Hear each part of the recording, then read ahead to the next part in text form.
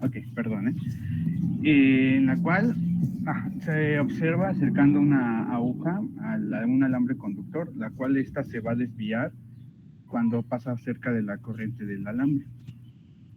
De esta manera se supo que la corriente eléctrica tenía un fuerte campo, tenía la fuente de un campo magnético, la cual pues, producía un torque sobre la brújula,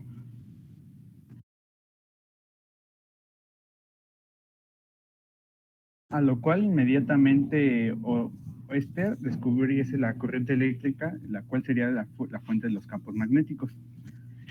Estos experimentos se llevaron a cabo por André-Marie Ampère, Jean-Baptiste Biot, que es uno de los fundadores de la ley de Biot-Savart, y Félix Savart, los cuales dieron actualidad a la ley de Biot-Savart, como le estaba diciendo.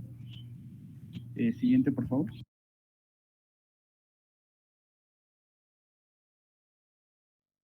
Uno de los principales fundadores de la ley fue Jean-Baptiste Biot, el cual fue un físico astrónomo matemático, nacido el 21 de abril de 1774 en París y falleció el 3 de febrero del 1862 en la misma ciudad. Fue la primera persona en descubrir las propiedades únicas de la mica de los campos magnéticos y de los minerales basados de esta misma. A sus comienzos del siglo XIX, estudió la polarización de la luz cuando la luz pasa a través de las soluciones químicas. Igual esto gracias a una colaboración con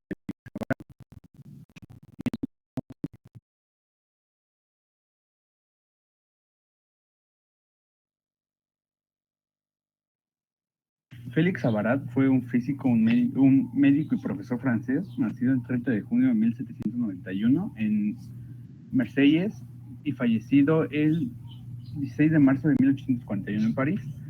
De él no encontré una vasta información, ya que solo me salía la información que tenía con Biot por la ley que ejecutaron ambos.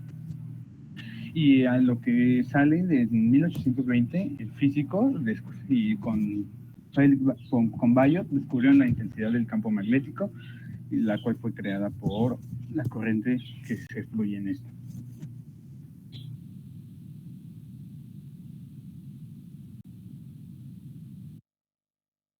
A lo cual estos análisis que ellos investigaron se volvieron importantes para los análisis químicos, ya que se proporciona de una forma simple y no destructiva para determinar la determinación de los productos como el azúcar, la concentración como del azúcar.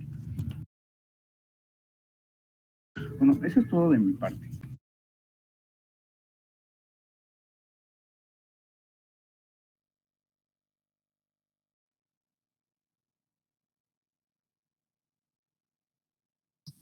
Bueno, la ley Biot-Savart relaciona los campos magnéticos con las corrientes que lo crean, de una manera similar a como la ley de Coulomb relaciona los campos eléctricos con las cargas puntuales que las crean. La obtención del campo magnético resultante de una distribución de corrientes implica un producto vectorial, y cuando la distancia desde la corriente al punto del campo está variando continuamente, se convierte inherentemente en un problema diferencial. La siguiente, por favor. Aquí tenemos la explicación de la fórmula. Tenemos que la dl es la longitud infinitesimal del conductor que transporta la corriente eléctrica, y va a haber un vector unitario para especificar la dirección del vector distancia r desde la corriente del punto del campo. La siguiente, por favor.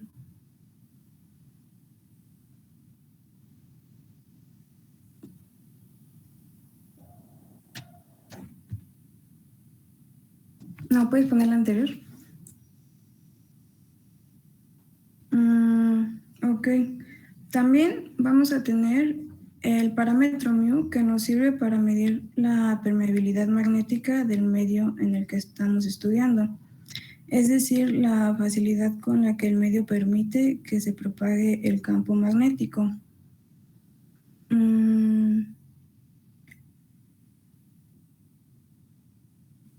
Y también tendremos más campo magnético cuando más corriente tenga, y el campo magnético se notará menos cuando más lejos esté de donde se está fluyendo la corriente que lo origina.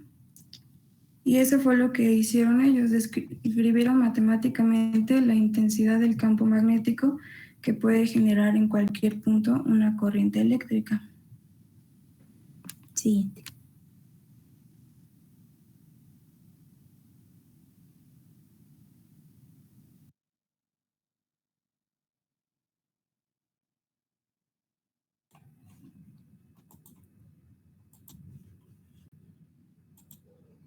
Ok, buenos días, profesor. Aquí tenemos Buen día, buen día. aquí tenemos un ejercicio que es el que voy a resolver. Tenemos un segmento dividido en 3 partes, como se muestra aquí, que tenemos el segmento 1, que va de este punto a la salida. Entonces, la intensidad va hacia adentro, dirigido hacia el punto P, que es el espacio en donde tenemos que calcular el campo magnético que se genera.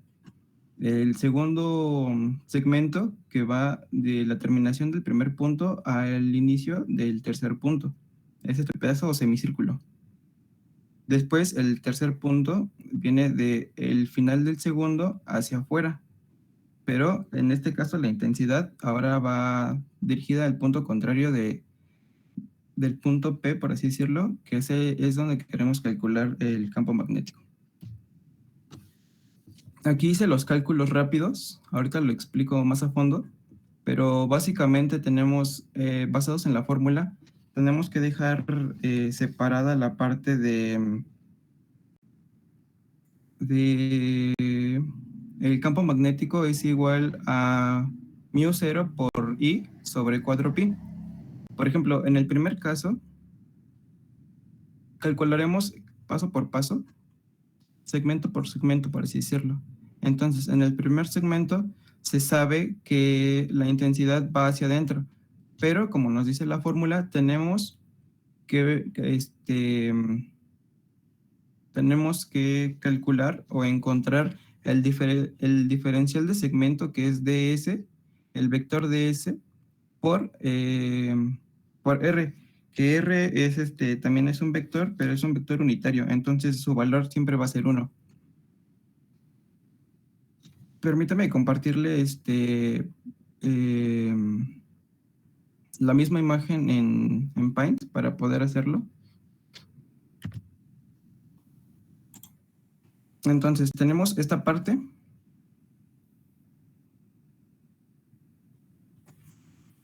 Y la diferencial de segmento es un pequeño pedazo que buscaremos dentro de nuestro segmento grande. Por ejemplo, no sé si se alcanza a ver este pedazo que tenemos aquí. Sí, sí, se distingue. Ok. Este va a ser nuestro diferencial de segmento. Pongámoslo de otro color para que se note más.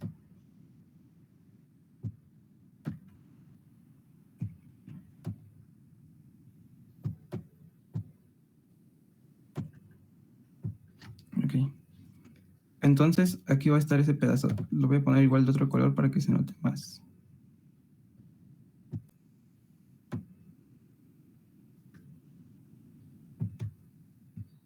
El propósito de diferencial de segmento es buscar un pequeño pedazo para poder calcular la sumatoria de todo, o mejor dicho, la integral de todo el segmento, pero por partes, para que sea un poco más fácil. Y la siguiente, que es el vector R, será, lo pondré de azul, es el vector que va del centro de la diferencial de segmento hasta el punto P. Perdón la línea, pero está un poco difícil. Básicamente es este vector. Esto es R.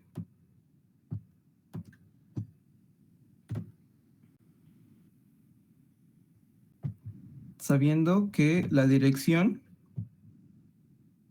es obviamente hacia el mismo punto, hacia el punto P. Entonces, el vector R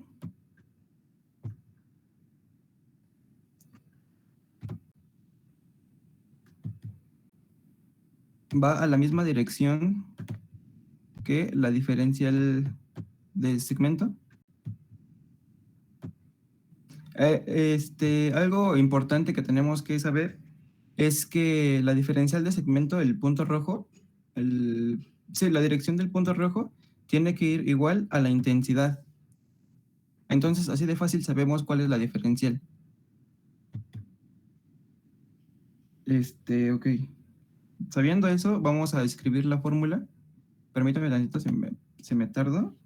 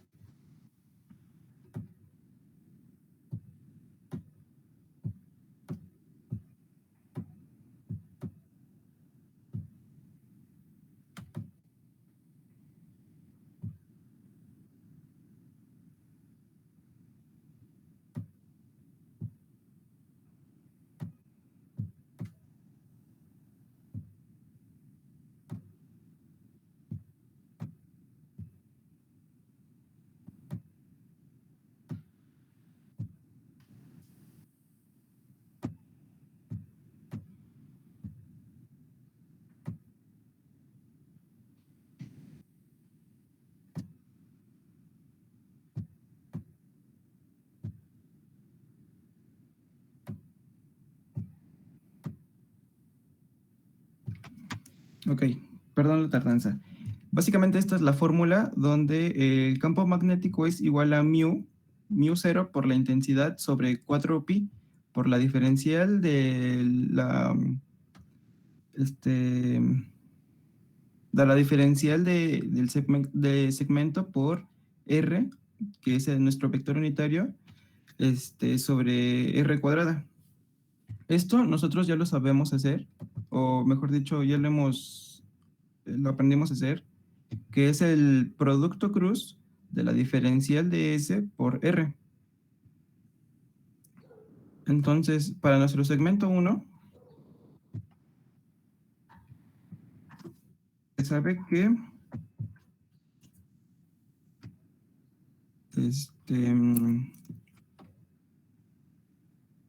el valor absoluto para nuestro producto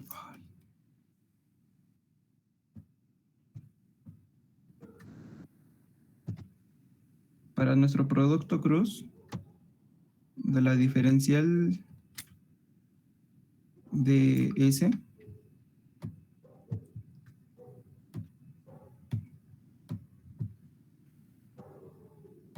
producto cruz con el vector unitario R es esto es igual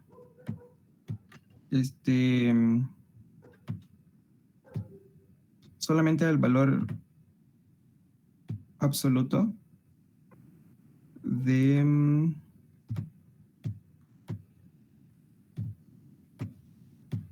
el valor absoluto de ds por r igual del vector por el seno del ángulo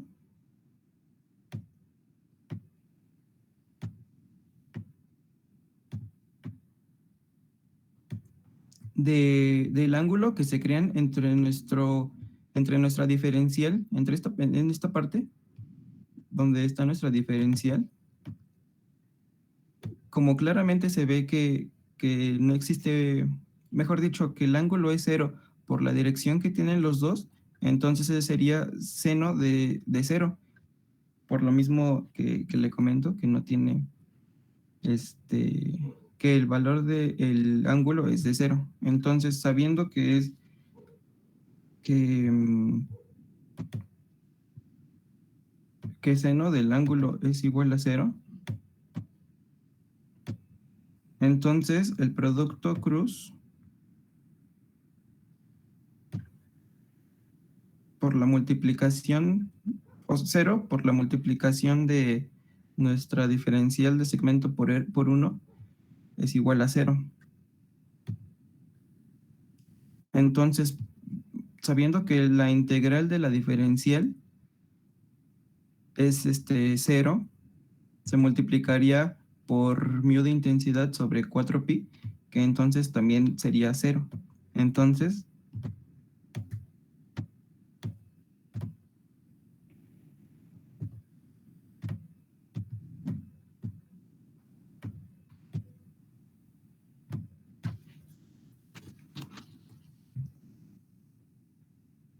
nuestro cálculo de campo magnético del segmento A, del segmento 1, mejor dicho, es igual a 0. De este lado le muestro los cálculos, se aprecian mejor, que es lo que le digo, haciendo la multiplicación de nuestro valor absoluto de nuestro producto cruz, el seno es igual a 0, multiplicado por la diferencial a 0. Por lo tanto, nuestro cálculo de campo magnético es igual a 0 en nuestro segmento solamente de A. Y pasa similar con el segmento 3. Ahorita le muestro por qué. De este lado, lo primero que tenemos que calcular es la diferencial de segmento, que igual es un pequeño pedazo dentro de nuestro segmento grande, por así decirlo. Solo de esta parte hacia acá. Y como les comenté hace un momento, la dirección que lleva nuestra diferencial es la misma que que lleva la intensidad. Por lo tanto, nuestro vector de diferencial iría más o menos así. Y la R, nuestro vector unitario R, va siempre al lado, bueno, en este caso va al lado contrario, porque nos lleva al punto P, que es el segmento, el punto final donde queremos nosotros encontrar el campo magnético. Entonces quedaría algo así.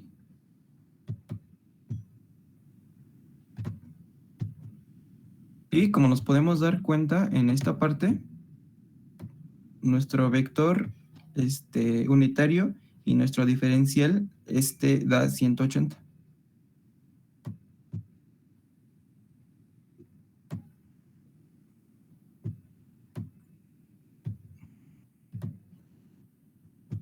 Después, esto lo llevamos a la fórmula, que es la que le muestro acá.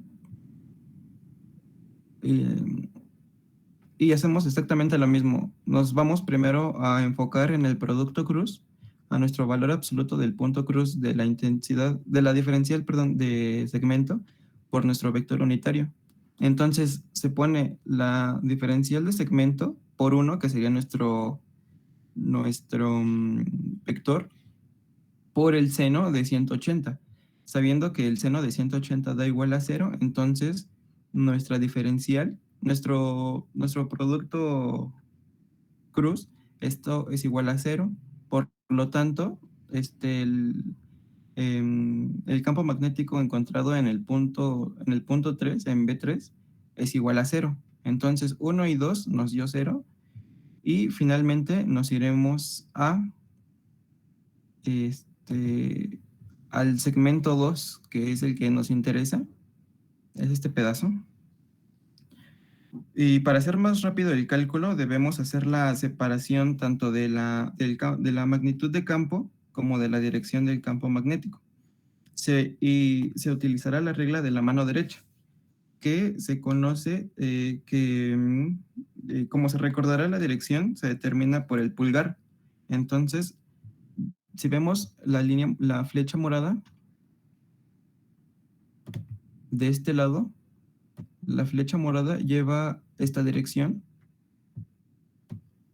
porque no puede ser un cambio de dirección del campo 1, del segmento 1 al segmento 2, porque sabiendo que el segmento 1 y el segmento 3 van hacia la misma dirección, entonces sabemos que el segmento 2 debería llevar la misma dirección, por razón lógica. Voy a intentar aquí hacer una pequeña mano.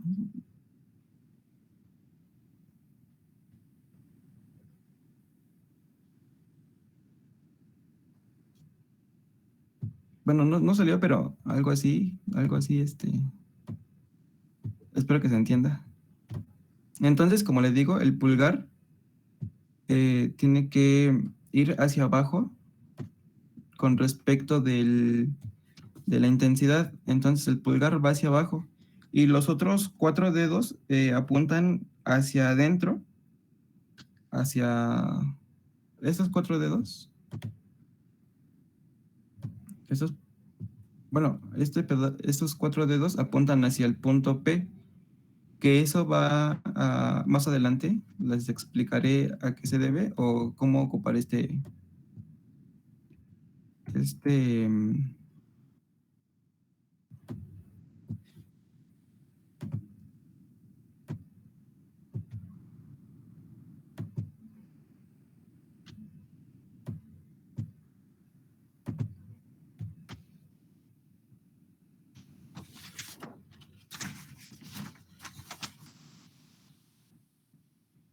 entonces, después de esto, tenemos que inventar un sistema de referencias, por así decirlo, para que nos quede un poco más claro. Como le dije al principio, vamos a buscar individualmente lo que es el sentido y la magnitud. Entonces hacemos un plano cartesiano, digamos, aquí sería Y, aquí sería X, y aquí sería Z.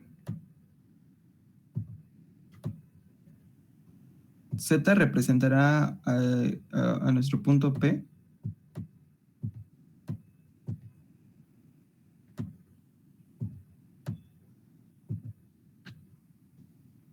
Entonces, la dirección del campo es hacia el punto P. Y el punto P, pues, como les repito, es nos representa con Z.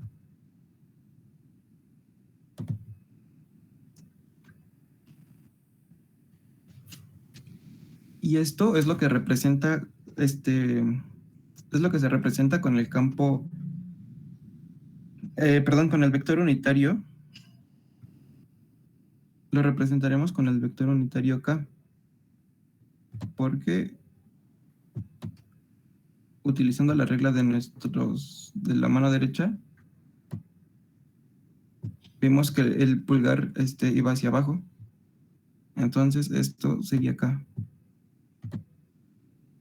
Menos K, nuestro vector, menos K. Si fuera diferente, que fuera así, saliendo del punto P hacia afuera sería K positiva, pero como en este caso va de derecha a izquierda, entonces lo marcamos como K negativa.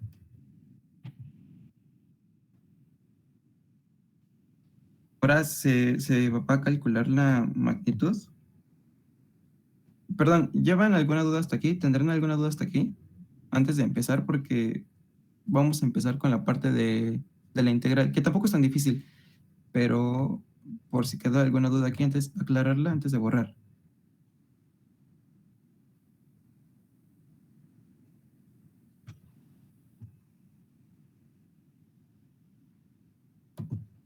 No, todo bien. No. Ok, lo más difícil es encontrar la diferencial de segmento y el vector, que como les digo, todo está marcado dentro de la figura. Los cálculos, pues, es lo más fácil. Nada más, al final es sustituir todo, tanto en la integral como en la fórmula antes de la integral. En esta parte, en el producto cruz de diferencial, como este lado, que es mu por la intensidad sobre 4pi. Entonces, no hay mayor dificultad en esa parte. Bueno, entonces, como le decía, en este lado vamos a calcular en el segmento 2.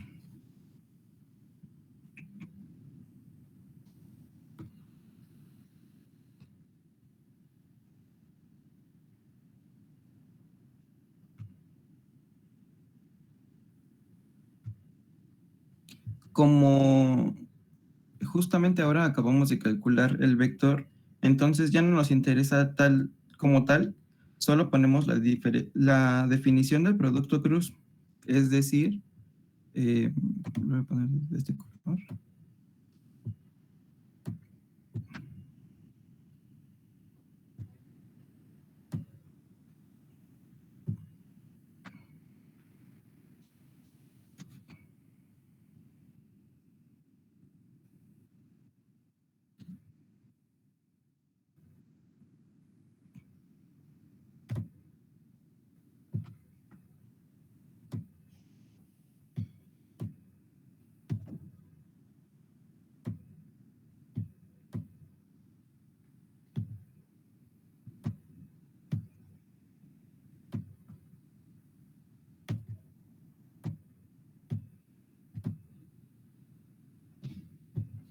Bueno, aquí es la diferencial del segmento por el seno del ángulo, que es el que todavía no conocemos, sobre r cuadrada, que sería la distancia.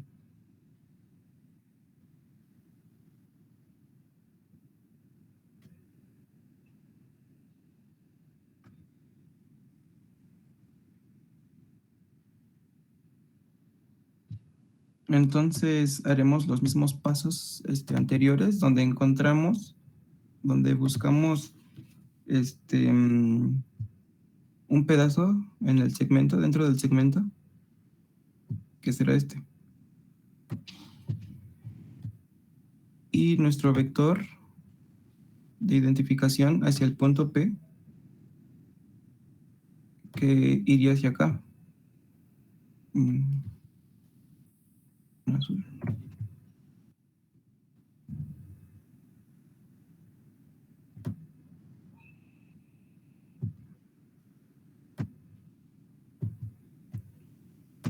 Y rojo que va hacia abajo.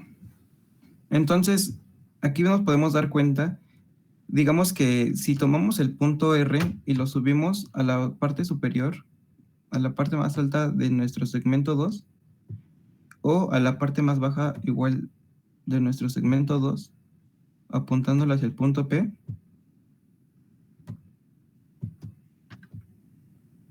el vector R, que va junto con él,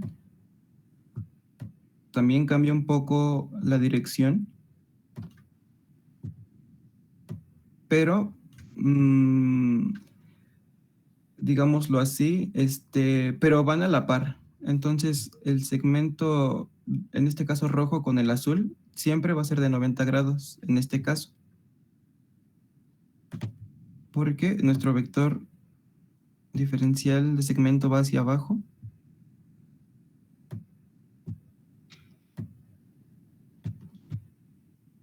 Y nuestro vector R está exactamente a 90 grados de nuestro diferencial. Entonces aquí es 90. En este caso, siempre va a variar dependiendo del problema.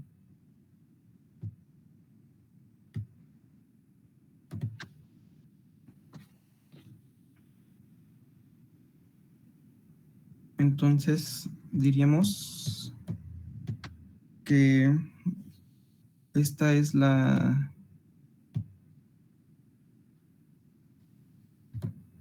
diferencial de segmento por 1, que es nuestro vector, por el seno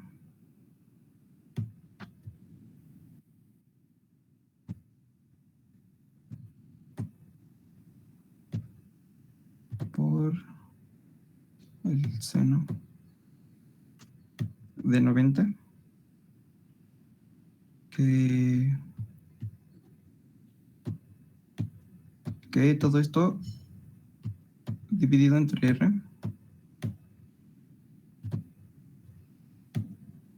que si se da cuenta, R es prácticamente nuestro vector. Entonces todo esto sería igual a 1.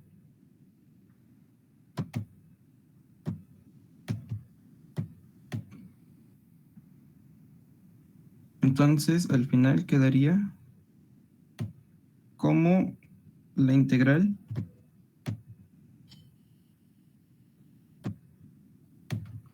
de nuestra diferencial de segmento sobre R cuadrada. Entonces, podríamos decir que la diferencial de segmento es también la diferencial de un arco. Voy a hacer un dibujo aquí, rápido. Entonces, debemos recordar que el arco de una circunferencia se determina por el ángulo que se forma en un pedazo de un extremo a otro extremo. Por ejemplo, sabemos nosotros que un círculo tiene un radio.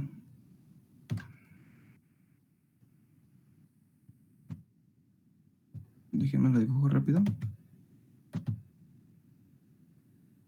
De aquí a acá es R. Y nosotros tenemos un segmento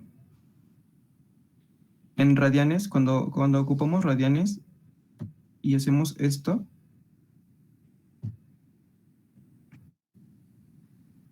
se forma un ángulo aquí.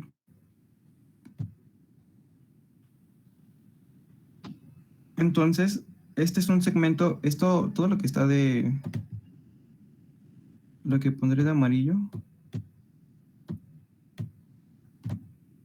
digamos, es un segmento S dentro de un círculo. El arco, la fórmula para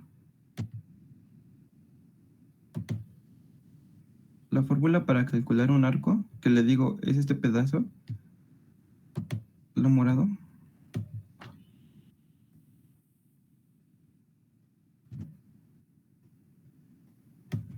sería nuestro valor S. Y la fórmula para calcular ese arco es el radio por el ángulo. Por el ángulo, en este caso ocuparemos θ.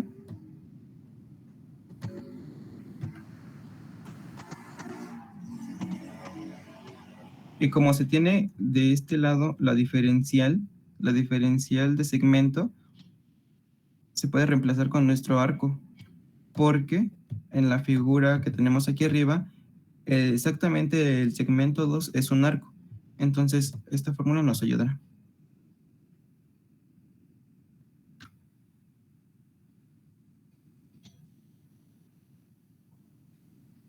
Y como sabemos que R es una constante, no se deriva, queda como 1. Ahora les explico por qué. Déjenme escribir la fórmula y les enseño.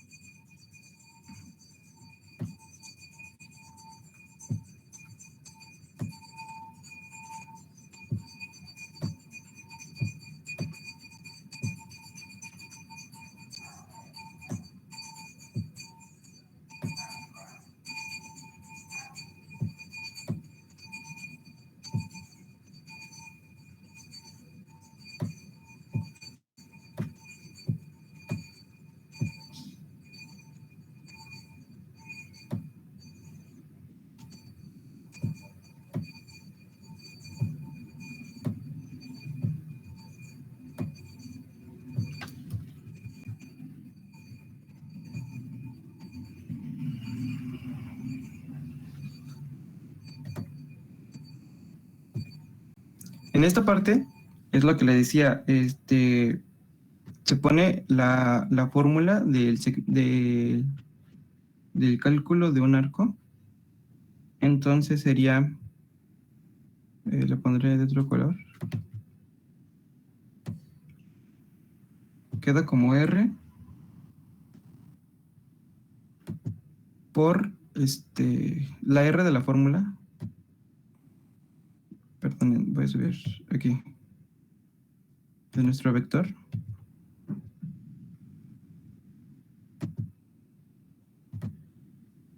En este caso, como tenemos esta pequeña fórmula, se va a convertir, que les digo, se quedaría, mejor dicho, sustituir. Quedaría como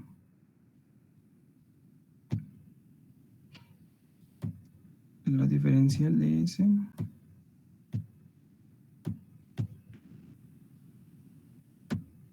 por R por la diferencial de teta.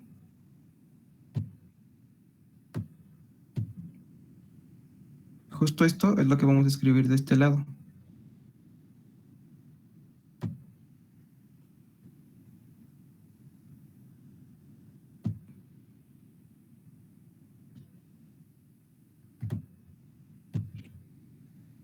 Luego sobre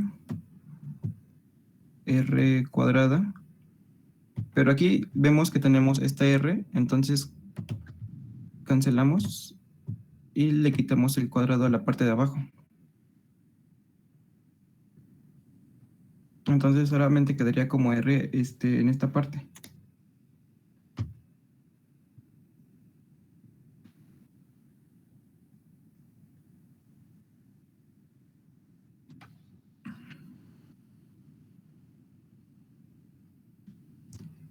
Como le menciono, R es una constante, porque la distancia que hay en estos pequeños pedazos, en estos puntos, sobre todo el segmento 2, de aquí hacia acá, siempre es constante. Entonces, esta distancia nunca va a cambiar de acá a acá. Entonces, en la fórmula podemos quitar esta parte de R que nos queda. Entonces quedaría como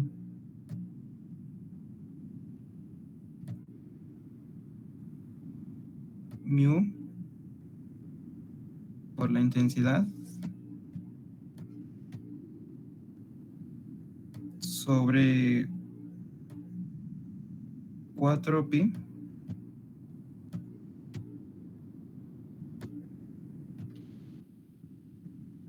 que pasaría, esta parte pasaría fuera de la integral, que sería R integral de la diferencial de teta.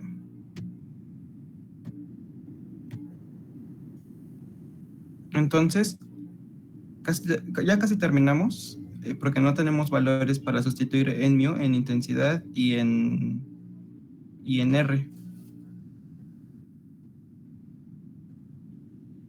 Entonces, aquí la única constante que nos quedaría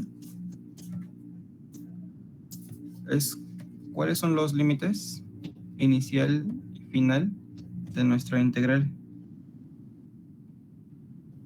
Y como sabemos que tenemos que calcular, lo pondré de color bien a ver si se nota un poco más. Tenemos que calcularlo desde aquí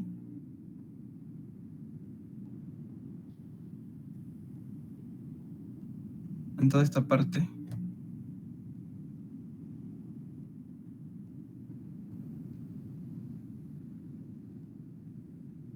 Y sabemos que tenemos que encontrar los ángulos que para la diferencial, porque nada más sería de teta.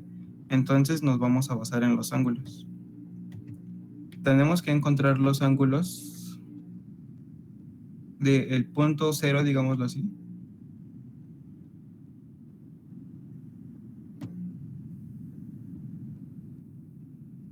De aquí a aquí.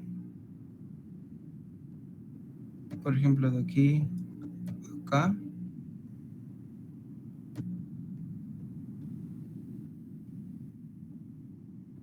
De acá a acá. Bueno, de aquí del punto a acá. Entonces, este paso se tendría que hacer sucesivamente hasta llenar todo este espacio con los ángulos. Entonces, se sabría que los límites en esta parte serían de... Los quitaré este pedazo.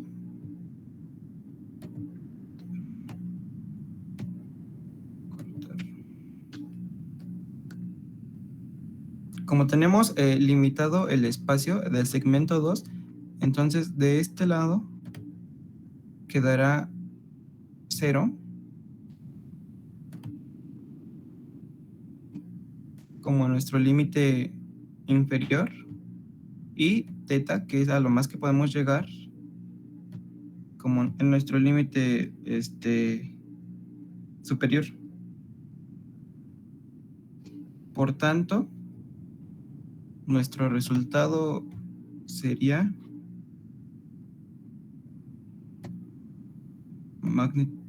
campo magnético es igual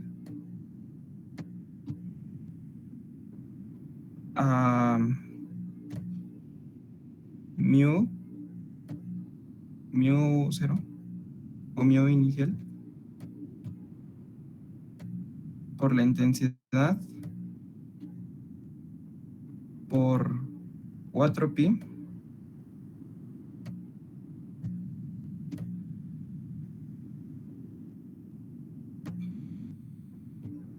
por teta.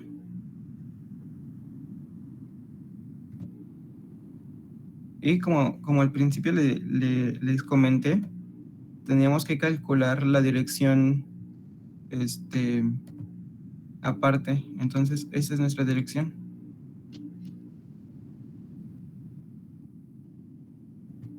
Y se pone aquí.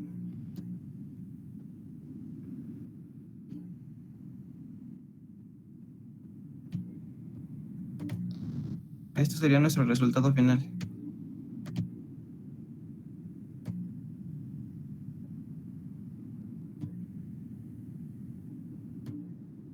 Sabiendo que la suma de los tres segmentos ya no sería, porque el 1 y el 3 da igual a 0.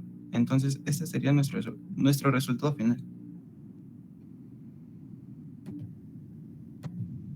Y acá, básicamente, es lo que hice en cuaderno para que se entienda más. De hecho, la fórmula, los cálculos matemáticos son más rápidos.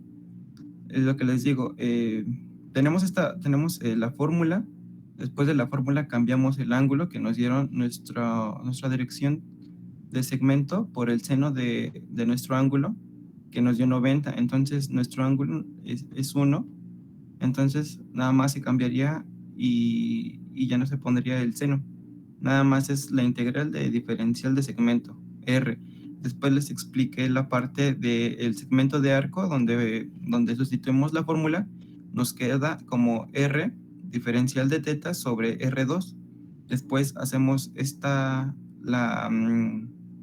sustituimos el valor unitario y constante, que es R, lo cambiamos lo pasamos del otro lado de la integral y evaluamos los límites de nuestra integral y nos da como resultado esta parte. Y eso sería todo por mi parte.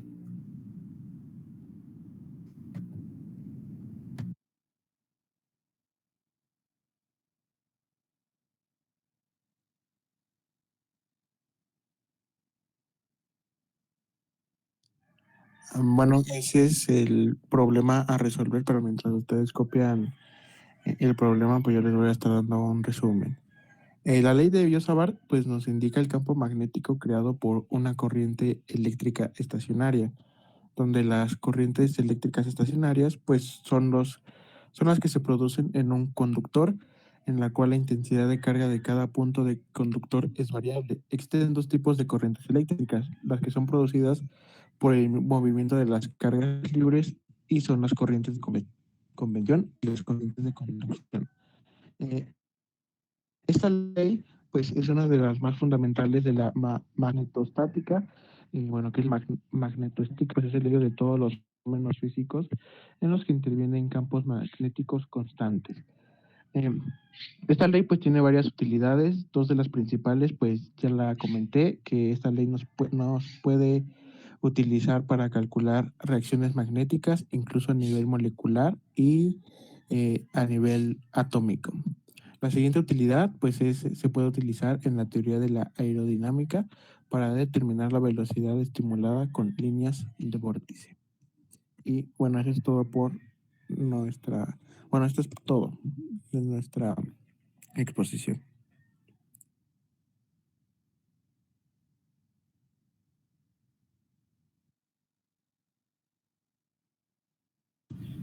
Bien, un favor, ¿podrías el resumen que acabas de hacer, lo podrías repetir de favor? Sí. Bueno, en resumen, esta ley nos permite, es una de las más importantes. Permítame tantito. Bueno, la ley de Biot-Savart nos indica el campo magnético, las cuales son creadas por corrientes eléctricas estacionarias. Estas corrientes eléctricas estacionarias pues son las que se producen en un conductor, en la cual la densidad de carga de cada punto del conductor es variable. Existen dos tipos de estas corrientes eléctricas, las cuales son producidas por el movimiento de las cargas libres y son las corrientes de convección y las corrientes de conducción. La ley de Biot-Savart pues es una de las leyes fundamentales de la magnetostática. ¿Qué es la magnetostática? Pues es el estudio de los fenómenos físicos en los que intervienen campos magnéticos constantes en el tiempo. Tiene varias utilidades la ley de Biot-Savart. Las dos principales pues es la ley donde se pueden calcular las reacciones magnéticas incluso a nivel molecular o a nivel atómico. Y la siguiente, pues se puede utilizar esta ley de Biot-Savart para la teoría de la aerodinámica, para determinar la velocidad estimulada con líneas de vórtice. Ese es el resumen. El ejercicio propuesto, ¿lo podrías poner en pantalla para que lo copien tus compañeros, de favor? Sí, Yair, ¿puedes poner otra vez el problema, por favor?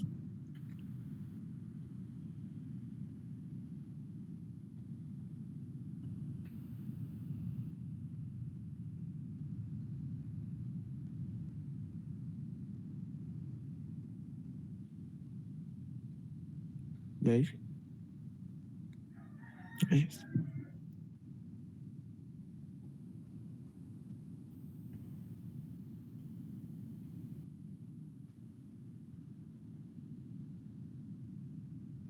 Ok.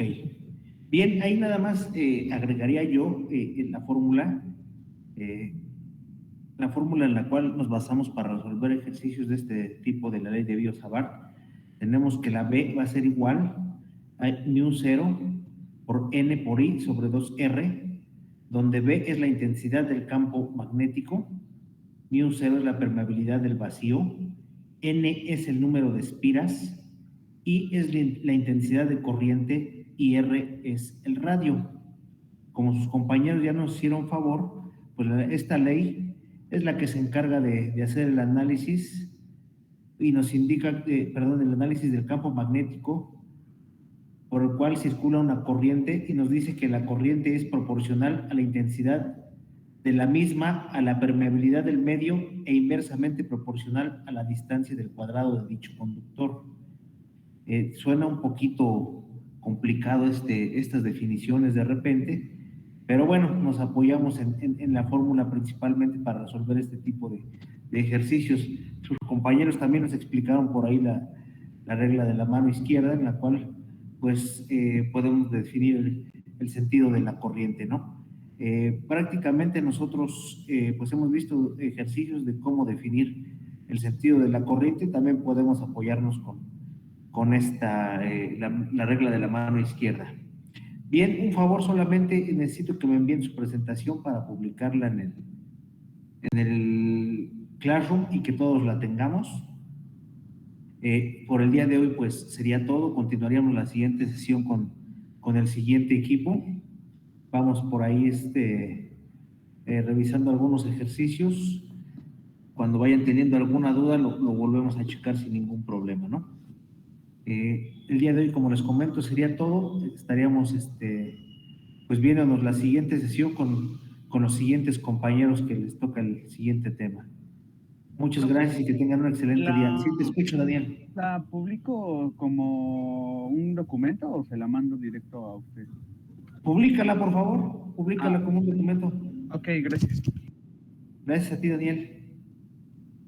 Bueno. Hasta luego, profesor. Cuídate, Carlos, cuídate. Hasta luego.